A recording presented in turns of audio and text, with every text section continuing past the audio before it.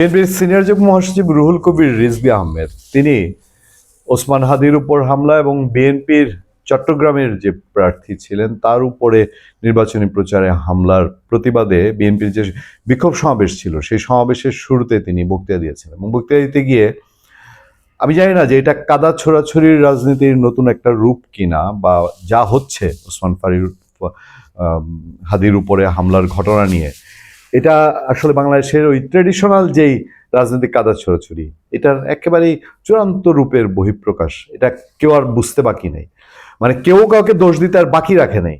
একদিক দিয়ে ডক্টর ইউনূসের সঙ্গে বৈঠক করে যখন বলছে যে বিপ্লব নস্যাৎ করার জন্যে 5 আগস্টের অভ্যুত্থান নষ্ট করার জন্যে সেই ফেসিবাদের দিকের একটা চিন্তা ভাবনা, সারা দেশে নাকি অসংখ্য প্রশিক্ষিত শুটার তারা চলে এসছে, 50 শুটার আসছে, এই টাইপের অনেক আলাপ আলোচনা। এবং প্রধান উপদেষ্টাও বলছেন যে এটা উদ্দেশ্যমূলক এবং ষড়যন্ত্রমূলক নির্বাচন বানচালের জন্য। প্রধান উপদেষ্টা তো বলার পরে তার কিছু বাকি থাকে না, ধরে নিতে হবে যে এটাই চূড়ান্ত, প্রধান উপদেষ্টা যেটা বলেছেন এটাই ফাইনাল, এরকম কিছু হতে যাচ্ছে।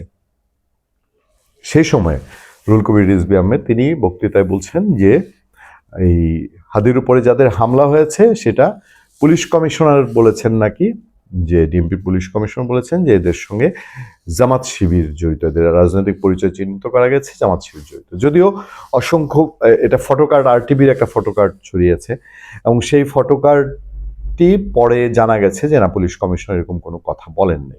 এবং ইভেন ঢাকা ইউনিভার্সিটির ডাকসুর ভিপি সাদিক কায়েম, তাকে নিয়ে বহু কথা আছে, বহু অভিযোগ তর্ক বিতর্ক আছে, তার একটা ছবি, এআই ছবি, সেই ছবি ধরে অনেকে অনেক কথা বলছেন যে কিলার, যাকে সন্দেহজনক কিলার, তার সাথে সাদিক কায়েমের ছবি। মানে হচ্ছে যে প্রথমে জামাত বা জামাত ঘরানার মানুষজন ডিরেক্ট বিএনপির প্রার্থী ওই মতিঝিল এলাকার ঢাকা 8 আসনের, সেইখানে বিএনপির মনোনীত প্রার্থী মির্জা আব্বাসকে টার্গেট করেছে, মির্জা আব্বাসকে অভিযুক্ত করেছে যে মির্জা আব্বাস এই কাজ করেছে। এখন সবাই বোঝে, সবাই জানে যে মির্জা আব্বাসের খায়দায় কোনো কাজ করে নাই, যে এরকম একটা ঘটনা ঘটলে যে মির্জা আব্বাসের উপরে দায় আসবে মির্জা আব্বাস এবং বিএনপি খুব ভালোভাবে জানে। ফলে তার লোকজনদের এই কাজ করার প্রয়োজন নেই এবং তার জন্য মির্জা আব্বাস ওই এলাকায় হাদির জন্য কতটা হাদি তার জন্য কতটা হুমকি, এটা ওই এলাকায় যারা বাস করেন তারা জানেন এবং রাজনৈতিক সচেতন সবাই জানেন যে আওয়ামী লীগ নাই ওখানে, মির্জা আব্বাসের এগেনস্টে যারা ইলেকশন করবে সব ইনক্লুডিং জামাত ইসলামী সহ সবাই মিলে যা ভোট পাবে মির্জা আব্বাস বহু গুণ বেশি ভোট পায়, ওই এলাকায় পাশ করে যাবে। এটা বিএনপির কারণে না, এটা মির্জা আব্বাস, তাকে আপনি এবার যদি বলেন যে মাসেল পলিটিক্স করে, ক্যাডার পলিটিক্স করে, তার মানে হাজার হাজার কোটি টাকা, তাও যদি বলেন, এটা হচ্ছে বাস্তব সত্য। সে ওইখান থেকে ছোটবেলা থেকে সে ওইভাবে তৈরি হয়েছে, তৈরি হয়ে সে এরকমভাবে তার আসনটা ধরে রেখেছে। ফলে হাদি তার জন্য টেনশন না। ফলে মির্জা আব্বাসের দিকে যে অভিযোগ, এটা রাজনৈতিক ব্লেমিং জামাত ঘরানার থেকে মূলত। এবার এটার পাল্টা ব্যবস্থা হিসেবে ফটোকার্ডটা চেক না করে, ডিএমপি কমিশনার বলেছেন কি বলেছেন না, এটা চেক না করে আপনার রুহুল কবির রিজভী আহমেদ কি বলেছেন একটুখানি শুনুন।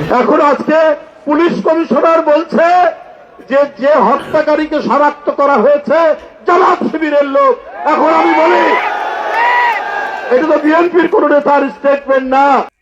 তো এই বক্তব্যের পরে আস্তে আস্তে আরো ডালপালা মেলা শুরু করেছে। এবার বিএনপি দোষ দিল জামাতকে, জামাত দোষ দিল বিএনপিকে। আবার অন্য একটা প্ল্যাটফর্ম থেকে আপনার মোটামুটি আপনার আওয়ামী লীগের যে এই ছেলে সাবেক ছাত্রলীগ করতো, আদাবর থানার সে ছাত্রলীগের কি প্রেসিডেন্ট ছিল, এইসব দিয়ে মোটামুটি এস্টাবলিশ করার খুব আপ্রাণ চেষ্টা, যে ছেলে ছাত্রলীগ মানে বিএনপি জামাতের মধ্যে রয়েছে, এবার দেখাইতে হবে যে এটা আওয়ামী লীগের, সেটা এস্টাবলিশ করতে হবে। কাকে আওয়ামী লীগের দেখাইতে হবে?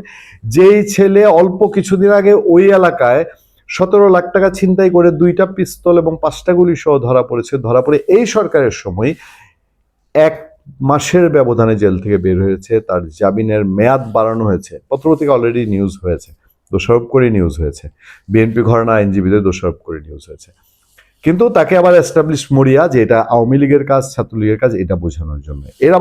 এর সাথে আবার তাল দিয়েছেন সেই রাশেদ খান যিনি আপনার এর আগে বলেছেন যে নির্বাচনের আগে 50 টার্গেট কিলিং হবে। তিনি বলছেন ওসমান হাদি আওয়ামী লীগের অন্যতম টার্গেট ছিলেন। রাশেদ খান কার্যক্রম নিষিদ্ধ আওয়ামী লীগ কয়েকজন ব্যক্তিকে টার্গেট করেছে, তার মধ্যে ওসমান হাদি অন্যতম ছিলেন বলে মন্তব্য করেছেন গণ অধিকার পরিষদের সাধারণ সম্পাদক রাশেদ খান। তিনি আরো বলছেন কয়েকজন ব্যক্তিকে আওয়ামী লীগ টার্গেট করেছে, তার মধ্যে গতকাল গুলিবিদ্ধ ওসমান হাদি অন্যতম ছিলেন। টার্গেট করা অন্য প্রার্থীদের উপরও হামলার আশঙ্কা রয়েছে। রাশেদ খান বলেন, আগামীকাল হয়তো আমার পালা, আপনার পালা। সরকার যদি নিরাপত্তা দিতে না পারে তাহলে আমরা কিভাবে জনসংযোগ করব? আপনি এবার বলেন তো দেখি, রাশেদ খান যে এই কথাগুলো রাজনীতির ময়দানে বলছেন, তিনি কি পুলিশ কমিশনারকে গিয়ে বলেছেন? তাদের তো এখন ভালো অ্যাক্সেস আছে। তিনি আইন শৃঙ্খলা বাহিনীর যথাযথ জায়গায় বলেছেন যে আমি এই জায়গা থেকে এইভাবে তথ্য পেয়েছি, আপনি প্রার্থীদের সিকিউর করেন, আপনি হাদিকে নিরাপত্তা দেন, হাদির কথা আমি শুনেছি। উনি কি বলেছেন? এই প্রশ্ন আমরা তুলতে পারি না? মানে হচ্ছে রাজনীতির মাঠ গরম রাখার জন্য কে কাকে দোষারোপ করবে না করবে, বিএনপি জামাতকে জামাত, বিএনপিকে আবার সবাই মিলে আওয়ামী লীগকে, মাঝখান থেকে কোথায় পুলিশ অলরেডি 50 লাখ টাকা স্বরাষ্ট্র মন্ত্রণালয় পুরস্কার ঘোষণা করেছে হাদিকে যারা শুট করেছে তাদের জন্য। তো এখনো তো ধরা পড়েনি, এটাই তো ফ্যাক্ট। যদিও দায়িত্বশীল লোকজন আমাদের এখানে টকশোতে আসেন, তানভীর জোহা আইটি এক্সপার্ট, তিনি এখন সরকারের দায়িত্বশীল এবং অনেক সময় সরকারি এজেন্সিগুলোকে তারা হেল্প করেন।